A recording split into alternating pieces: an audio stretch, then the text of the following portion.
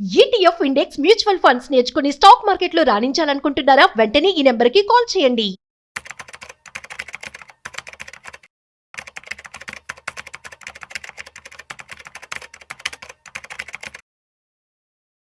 నమస్తే, welcome to Suman TV. నేను విష్ణు. ప్రస్తుతంతో పాటు certified financial planner Ram Prasad గారు ఉన్నారు. వారితో మాట్లాడదాం. సార్ నమస్తే. సార్ రామ్ ప్రసాద్ గారు. నమస్తే అండి. సార్ రామ్ ప్రసాద్ గారు, మనకున్న ఇన్వెస్ట్మెంట్ ఇన్స్ట్రుమెంట్స్లో బంగారంలో పెట్టుబడి పెట్టడం మంచిదంటారా, లేదంటే భూములు కొనుక్కోవడం మంచిదంటారా, లేదంటే డబ్బులు తీసుకెళ్ళి మ్యూచువల్ ఫండ్స్లో ఇన్వెస్ట్మెంట్ చేసుకోవడం మంచిదంటారా? సో దేంట్లో ఎక్కువ పెట్టుబడులు పెడితే జీవితాలు మారిపోతాయంటారు, జీవితాలు అద్భుతంగా వెలిగిపోతాయి అంటారు? మరి ఈ మూడింటిలో ఉన్నటువంటి సాధక బాధకాలు ఏంటి? బంగారము, భూములు, మ్యూచువల్ ఫండ్స్. తాకట్టులో ఉన్న బంగారాన్ని విడిపించి ఆ రోజు ఆన్లైన్ రేటుకే మేము కొంటాం. Sharma gold company. దీనికి ఫస్ట్ కామెంట్ ఏంటంటే, ఈ సుమన్ టీవీ అంతా మ్యూచువల్ ఫండ్స్. ఇంకా విష్ణు ఎవరు తీసుకుని ఇంకా ఆఖరికి మ్యూచువల్ ఫండ్స్ మ్యూచువల్ ఫండ్ లేకపోతే ప్రపంచం లేదా అన్న కామెంట్స్ వస్తాయి. దానికి మీరు ప్రిపేర్డ్గా ఉండండి. Okay, next coming to me point. మూడు మంచివే, మూడు ఉండాలి ప్రతి వ్యక్తికి. ఓకే, వీటిలోనూ సాధక బాధకాలు ఏంటో అర్థం చేసుకున్నాం. ఈ మూడిట్లో అత్యంత సులువుగా అమ్మగలిగింది ఏంది? గోల్డ్. సో అంటే లిక్విడిటీ పరంగా గోల్డ్ ఈజ్ బెస్ట్. ఒక గంటలో బ్యాంక్ వెళ్ళు, లేకపోతే ఎక్కడికైనా వెళ్ళు, తాకట్టు పెట్టుకోవడం, అమ్ముకోవడం చేసుకోవచ్చు. ఈ మూడిట్లో అమ్మడానికి కష్టపడాల్సింది ఏది? భూములు. సో మ్యూచువల్ ఫండ్ బటన్ నొక్కితే వస్తాయి, వచ్చేస్తాయి. ఒక 2-3 రోజులు అకౌంట్లో పడిపోతుంది డబ్బు వచ్చి. గోల్డ్ మీరు షాప్కి వెళ్ళి ఇస్తే ఇచ్చేస్తాడు. భూమిని ఎవరికి అమ్ముతారు మీరు? ఒక 6 నెలలు పట్టచ్చు, సంవత్సరం పట్టచ్చు, 2 ఏళ్ళు పట్టచ్చు. ఈ మూడిట్లో ఏది అమ్మాలంటే కొనే వ్యక్తి అవకాశం తీసుకుంటాడు. మీ అవసరాన్ని అవకాశంగా మలుచుకునే భూములు, ల్యాండ్ అమ్మాలన్నప్పుడు మన ఉన్న ఆ వీక్ సిచ్యువేషన్ అవతల వాళ్ళు క్యాష్ చేసుకుంటారు. ఇప్పుడు ఒక విషయం చెప్తాడు. ఒక వ్యక్తికి కేజీ బంగారం ఉంది, విచ్ ఈజ్ వర్త్ 160 lakhs, 60 లక్షల రూపాయలు విలువ చేసే బంగారం ఉంది. ఒక వ్యక్తికి మ్యూచువల్ ఫండ్లో 60 లక్షలు ఉంది, ఒక వ్యక్తికి 60 లక్షల ల్యాండ్ ఉంది. వీళ్ళు ముగ్గురు ఫాదర్లు ఐసీయూలో పడుకున్నారు. ఎవడు ప్రాణాలు కాపాడగలుగుతాడు? వాళ్ళ ఫాదర్ది. ఎవడు కోల్పోతాడు? బంగారం ఉండే అతను 1-2 గంటలు క్యాష్ తెచ్చుకోగలడు. మ్యూచువల్ ఫండ్స్లో పెట్టిన అతను ఒక 2-3 డేస్లో తెచ్చుకోగలడు. రియల్ ఎస్టేట్లో ఉన్న అతను తెచ్చుకోలేడు, 2-3 రోజుల్లో తెచ్చుకోలేడు. అసలు అయ్యే పని కాదు అది. ఈ ముగ్గురికి ఒక ఫ్రెండ్ ఆపదలో ఉన్నాడు, 5 లక్షలు కావాలి ఎమర్జెన్సీగా. ఎవరికి విసులుబడి అంటే partial withdrawal I'm talking about. ఎవరు తీసుకోగలుగుతారు 5 లక్షలు పట్టుమని వాళ్ళ ఆస్తి నుంచి? మ్యూచువల్ ఫండ్ అతను. బంగారం తీసుకోవచ్చు కదా, 5 లక్షల లోన్ కూడా తీసుకోవచ్చు. మ్యూచువల్ ఫండ్ కూడా ఈరోజు ఇన్స్టాంట్గా లోన్ వస్తాయి. 15 నిమిషాల్లో లోన్ ప్రాసెస్ అవుతుంది మ్యూచువల్ ఫండ్స్లో. Openly available. నేను మ్యూచువల్ ఫండ్ నా సైట్లోకి వెళ్ళి ఆ పోలియో నెంబర్ కొట్టి ఆన్లైన్లో పేడ్ చేస్తే 15 నిమిషాల్లో మీకు లోన్ వస్తుంది. అది కూడా హార్డ్లీ 9.5-10% పర్ ఇయర్లో, ఓడీ లోన్ లాగా 15 నిమిషాల్లో లోన్ వస్తుంది. గోల్డ్ అన్న ఒక గంట పడుతుంది వెళ్ళి తీసుకుంటే. మరి ల్యాండ్ మీద ఎప్పుడు వస్తుంది లోన్? 5 లక్షలు. 5 లక్షలు అమ్మగలుగుతాడు ఒక పార్ట్. గోల్డ్ అమ్మొచ్చుగా, 30 తులాలు 5 తులాలు 10 తులాలు అమ్ముకోవచ్చు. మ్యూచువల్ ఫండ్లో కొన్ని యూనిట్స్ అమ్ముకోవచ్చు, లేదా లోన్ తీసుకోవచ్చు. మరి ల్యాండ్లో 5 గజాలు 10 గజాలు అమ్మగలవా? అమ్మలేవు. దీనికి ఆన్సర్ దొరికింది, అమ్మలేము. పార్షియల్గా, పార్ట్లీ అమ్మలేము. ఓకే, ఇప్పుడు ఈ మూడు ఉన్నాయి ఒక వ్యక్తికి. బంగారం ఉంది, స్థలం ఉంది, మ్యూచువల్ ఫండ్స్ ఉన్నాయి. ఒకే వ్యక్తికి. వీడికి ఉద్యోగం పోయింది, కానీ వాడుకున్న స్కిల్ సెట్కి వాడు కాంప్రమైజ్ కాకుండా ఎకరం పోయినా నికరంగా ఉన్నాడు అనుకోండి అన్నట్టుంటే మళ్ళీ ఆ ప్యాకేజ్ వస్తుంది 6-7 ఏళ్ళకి. జాబ్ పోయి రాకుండా ఉంటుంది, జరగదు అసలు, ఖచ్చితంగా వస్తుంది. మరి 8 ఏళ్ళు బ్రతకడానికి ఈ మూడిట్లో దేన్ని ఆసరాగా తీసుకోవచ్చు? దేన్ని వాడుకోవచ్చు? Mutual funds. గోల్డ్ అయినా వాడుకోవచ్చు. గోల్డ్, మ్యూచువల్ ఫండ్స్ అంటే ఈజీగా లిక్విడ్ చేసుకోవచ్చు. కాబట్టి ఈ ల్యాండ్ వాడుకోలేడు కదా, వాడుకోలేడు. మనం ఒక 4-5 సినారీలు పెట్టాం అంటే దాని అర్థం స్థలం కొనొద్దని కాదు.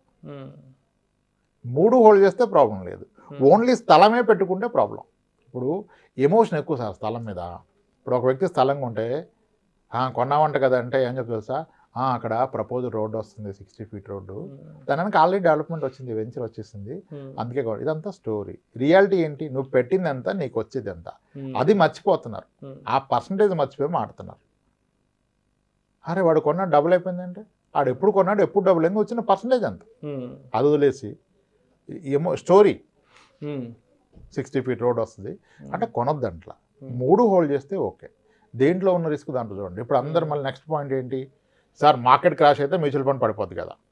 First question yes, market crash అయినప్పుడు ఎస్ మ్యూచువల్ ఫండ్ పడుతుంది. Worst crash happen in 2008 sub prime issue టైంలో ఇండియన్ స్టాక్ మార్కెట్ ఆల్మోస్ట్ 60% పడిపోయింది, 59%. ఒక మంచి మ్యూచువల్ ఫండ్లో ఉంటే ఆడిది కూడా 40% పడిపోయింది.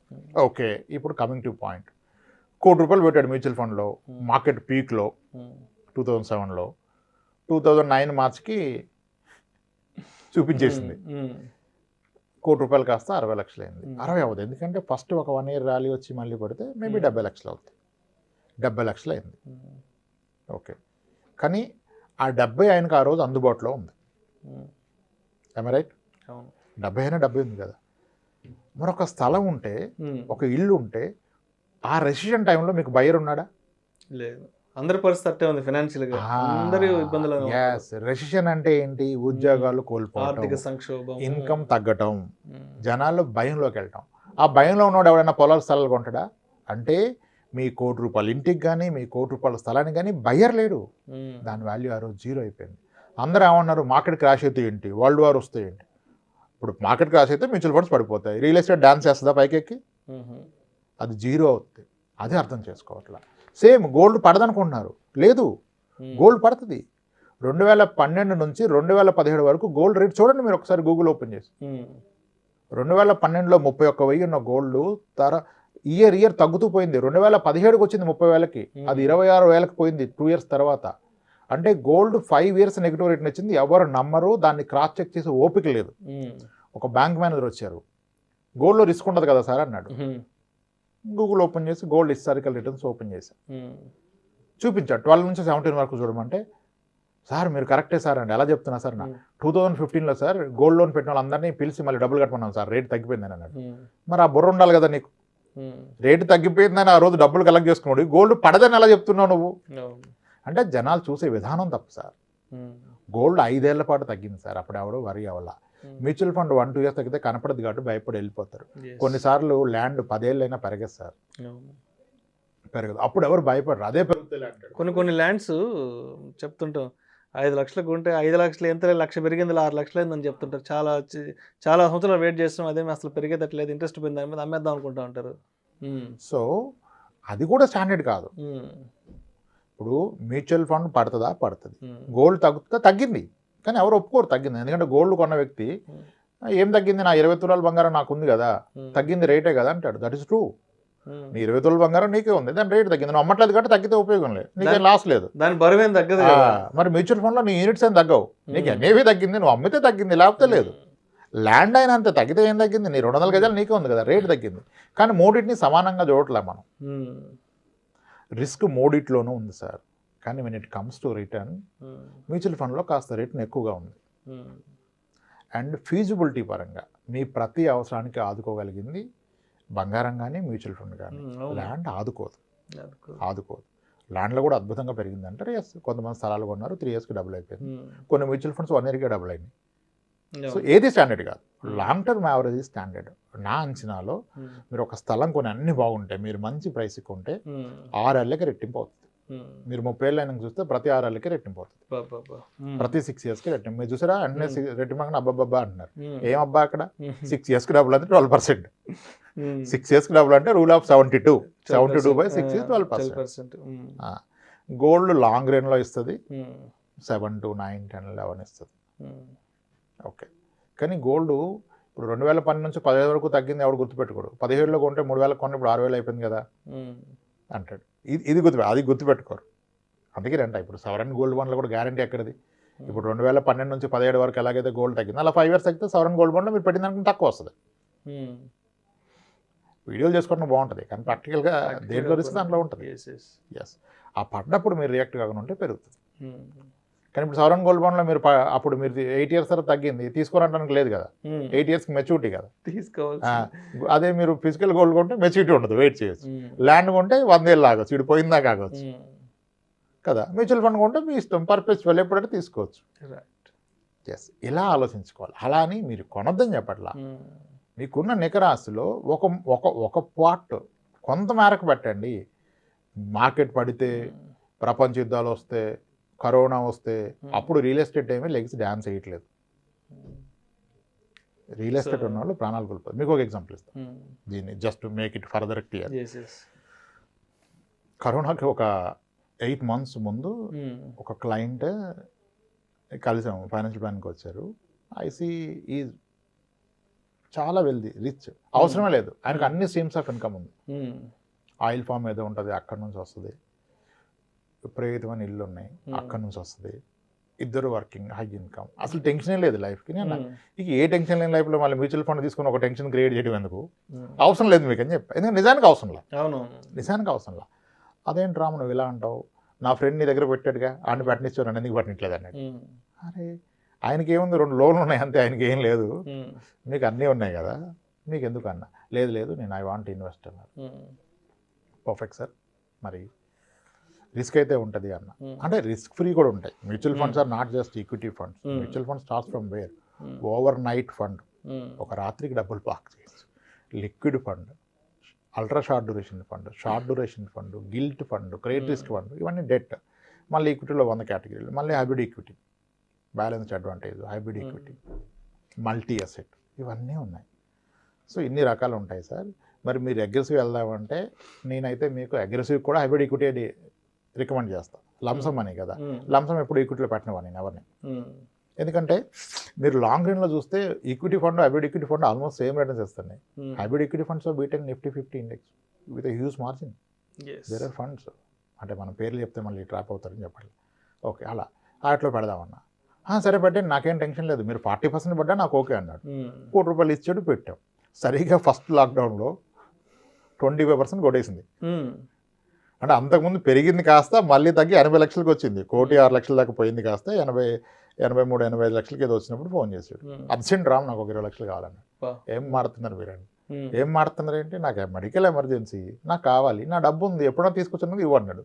నేను ఎవరన్నా, ఏం మాడుతున్నాను నువ్వు అన్నాడు. నా డబ్బు నేను తీసుకుంటే ఎవరంటే ఎవరన్నా అడిగాడు. సార్ ఇప్పుడు ఇంత డౌన్లో మీరు మళ్ళీ 20 తీస్తే అది 60 లక్షలు 55 లక్షలు అయిపోద్ది. ఇక అది రీకవర్ అయ్యి మీకు ₹1 రావాలంటే చాలా టైం పడుతుంది సార్, వేరేది ఏదైనా చూడమన్నా.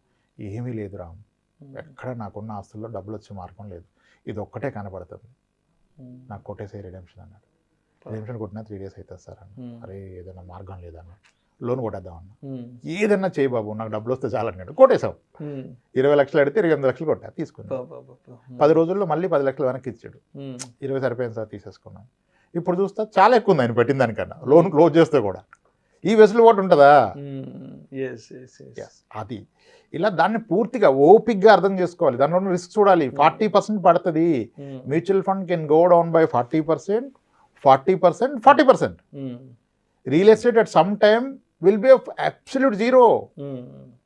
ఇప్పుడు నేను ఛాలెంజ్ చేస్తా, స్థలం కొని 1 year అయింది, పెరిగింది అన్నావు, అమ్ము చూద్దాం. నువ్వు కొన్న రేటుకి అమ్ము చూద్దాం. నీకు అమ్మి పెట్టిన అడుగు, ఆ రేటుకి వస్తుందని. 4 రోజుల్లో వస్తాయి డబ్బులు. మరి అది ఎలా అయితే అసెట్? అవసరంలో ఆదుకోవాలి. అవసరానికి ఆదుకున్నోడే ఫ్రెండు. అవసరానికి అక్కడికి వచ్చిందే ఆస్తి, అక్కడికి రాంది ఆస్తి కాదు.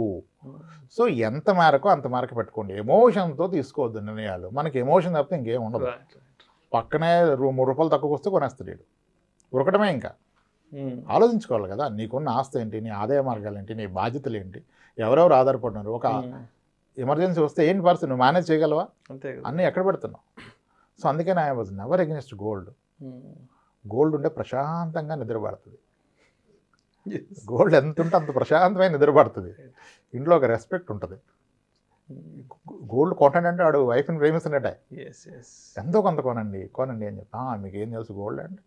Gold is just not an investment, it is an emergency. So మొత్తానికి ఇన్వెస్ట్మెంట్స్ చేయాలి, బట్ మనం చేస్తున్న అన్నిట్లో చేయాలి, బట్ దానికి ఒక ఇంత శాతం చేయాలి. మన పోర్ట్ఫోలియో ఎంతని పెట్టుకోవాలి, అది కూడా ఆపదలో మనల్ని కాపాడగలిగేలా ఉండాలి.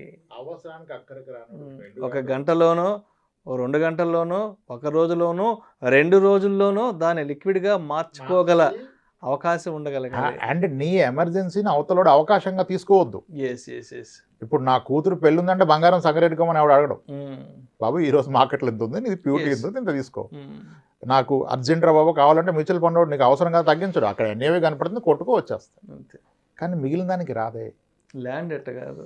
That's where it is. గొప్పగా పెరిగిన ల్యాండ్స్ ఉంటాయి. గొప్పగా పెరిగిందని చెప్పొద్దు. సిఏజిఆర్ ఎంత తీయండి, సిఏజిఆర్ మాట్లాడండి ల్యాండ్ గురించి మాడితే. డోంట్ టాక్ డబుల్ అయింది, 2 కోట్లు అయిపోయింది, 3 కోట్లు కాదు, క్యాగర్ ఎంత. That's it sir. ఓపిక్గా కాస్త టైం తీసి ఆలోచిస్తే సమాధానం అక్కడే దొరుకుద్ది. కానీ అది తీరు, ఎమోషన్ డామినేట్ చేస్తుంది, లాజిక్ని ఎమోషన్ డామినేట్ చేస్తుంది. ఇంకప్పుడు వీ కాంట్ హెల్ప్ దెమ్. మన మాట వినరు. సరే, ఇంకొకటి మీరు అన్నారు కదా ల్యాండ్ అని. ఇప్పుడు ₹1 కోటి బంగారం అమ్మితే బంగారం తీసుకొని మీకు అకౌంట్కి ట్రాన్స్ఫర్ కొడతాడు. మీరు బిల్ సైజ్ చూపిస్తే ఓకే. మీరు మ్యూచువల్ ఫండ్ అమ్మితే అకౌంట్కి వస్తుంది. మీరు ₹1 కోటి ల్యాండ్ అమ్మితే అకౌంట్కి ఎంత వస్తుంది? ఎంత వస్తుంది?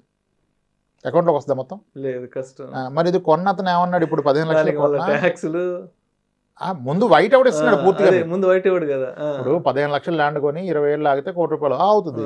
ఆ ₹1 కోటి పెట్టి మా అబ్బాయిని చదివిస్తావు. కానీ మీ అబ్బాయిని చదివిస్తే వాడికి వైట్ కావాలి, ఇక్కడ వైట్ వస్తుందా? కష్టం. మరి కష్టం అంటే ఏం ఆలోచిస్తున్నావు? మీరు భ్రమలో బ్రతున్నారు. ఆ రోజు రాదు కదా, ఏం చేస్తావు? 50 లక్షలు బ్లాక్ ఇస్తే ఏం చేయగలవు ఈ రోజు? నువ్వు ₹1 కోటి స్థలం అమ్మితే 50 లక్షలు క్యాష్ వస్తే ఏం చేయగలవు? గోల్డ్ కొనగలవా? కొనలేవు. కాలేజ్ ఫీజు కట్టగలవా? కట్టలేవు. ఒక కారు కొనగలవా క్యాష్ ఇచ్చి? జిఎస్టీ బిల్డింగ్ వాడు సోర్స్ కావాలి. మరి ఏం చేయడానికి పెట్టుకున్నావు? మళ్ళీ స్థలమే కొంటాడంటాడు. ఏం చేస్తావు కొనుక్కొని? పనికిరంది ఏం చేస్తావు? అది కొనొద్దని చెప్పట్లా. కొంతమేరకు పూర్తిగా అదే ట్రాప్లో పడి మీరు అన్నారుగా, 3 కొనండి. ఏది ఎంత మేరకు కొనాలి, ఏది ఏంటి మీకు మీరే విశ్లేషణ చేసుకోండి. ఒకరు చెప్పింది నమ్మొద్దు. మనం ఇచ్చిన కొన్ని పాయింట్స్ ఉన్నాయిగా, నేను మిమ్మల్ని అడిగిన ప్రశ్నలు వాళ్ళు అడుగుకున్న సమాధానం వస్తుంది. There ends. సింపుల్. అలా నిర్ణయాలు తీసుకోండి. ఎమోషనల్గా నిర్ణయాలు తీసుకోవద్దు. అవసరాన్ని దృష్టిలో పెట్టుకొని నిర్ణయాలు తీసుకోండి. Everything is good. Right sir. Right. Thank you so much Ramprasad గారు. రైట్ అండి. బంగారం అయినా, భూములైనా, మ్యూచువల్ ఫండ్ ఇన్వెస్ట్మెంట్స్ అయినా ఎంత మీరు ఇన్వెస్ట్ చేసుకోవాలి, ఏది సరైన సమయంలో మనల్ని ఆదుకుంటుంది అనే దాన్ని మనం పసిగట్టగలిగితే లైఫ్ చాలా ఈజీగా ముందుకెళ్ళిపోతుంది అంటారు. Thank you sir. Thank you so much.